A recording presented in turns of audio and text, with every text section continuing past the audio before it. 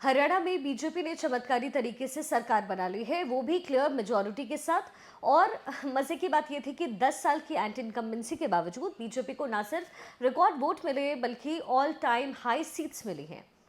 ऐसे में अब जब 17 अक्टूबर को बीजेपी की नई सरकार शपथ लेने वाली है, तो विपक्षी खेमे में ठीकरा फोड़ने के लिए जो है मुद्दे तलाशे जा रहे हैं। कांग्रेस के अंदर जो सिर्फ उटव्वल चल रही है वो तो है ही।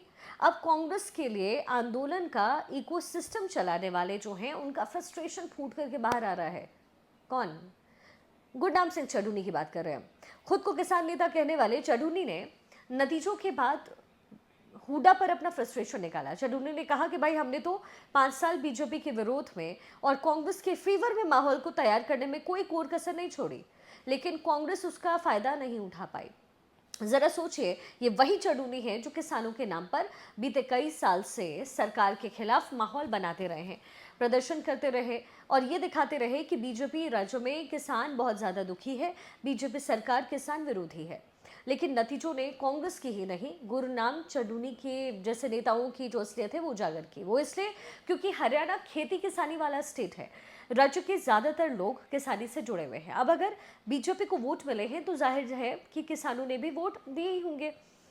और यही चढ़ूनी जैसे नेताओं के फ्रस्ट्रेशन की वजह है, क्योंकि हरियाणा की बीजेपी सरकार हो या केंद्र की मोदी सरकार हो, किसानों से जुड़े मुद्दे पर तेजी के साथ काम किया गया।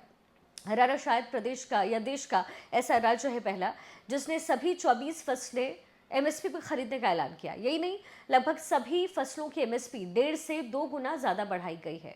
केंद्र सरकार से किसान सम्मान निधि भी मिल रही है। रही बात कृषि कानून की, तो वो पहले ही वापस ले लिए बीजेपी ने। ऐसे में किसानों के नाम पर आंदोलन जिंदा रख करके सरकार के खिलाफ माहौल बनाने वाले को किसानों ने ही खारिज कर दिया। कम से कम नतीजे तो यही कहते हैं, नहीं तो गुरनाम सिंह चढ़ूनी की अपनी जमानत जब्त नहीं होती। विनेश फोगाट की ही तरह गुरनाम सिंह चढ़ूनी भी कांग्रेस से टिकट चाह रहे थे, लेकिन हुडा ने उन्हें खास भाव दिया नहीं। ऐसे में वो अकेले ही चुनाव लड़ गए, लेकिन उन्हें मिले सिर्फ 1100 वोट। और यही चढ़ूनी के दुख की वजह है। इसलिए अब उनका गुस्सा कांग्रेस और हुडा परिवार पर फूट रहा है।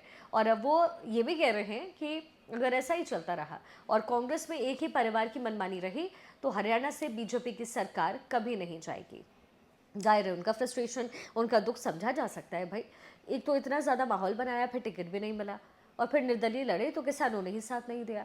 कुल मिलाकर के चढ़ूनी के स्टेटमेंट से साफ है कि हरियाणा में बीते कुछ वक्त से किसानों, पहलवानों और नौजवानों के नाम पर जो आंदोलन देखने को मिले वो एक इकोसिस्टम का हिस्सा थे, जिसकी पोल पहले विनेश फोगाट और बजरंग पुनिया ने खोली और अब गुरनाम सिंह चढ़ूनी ने खोल दी है।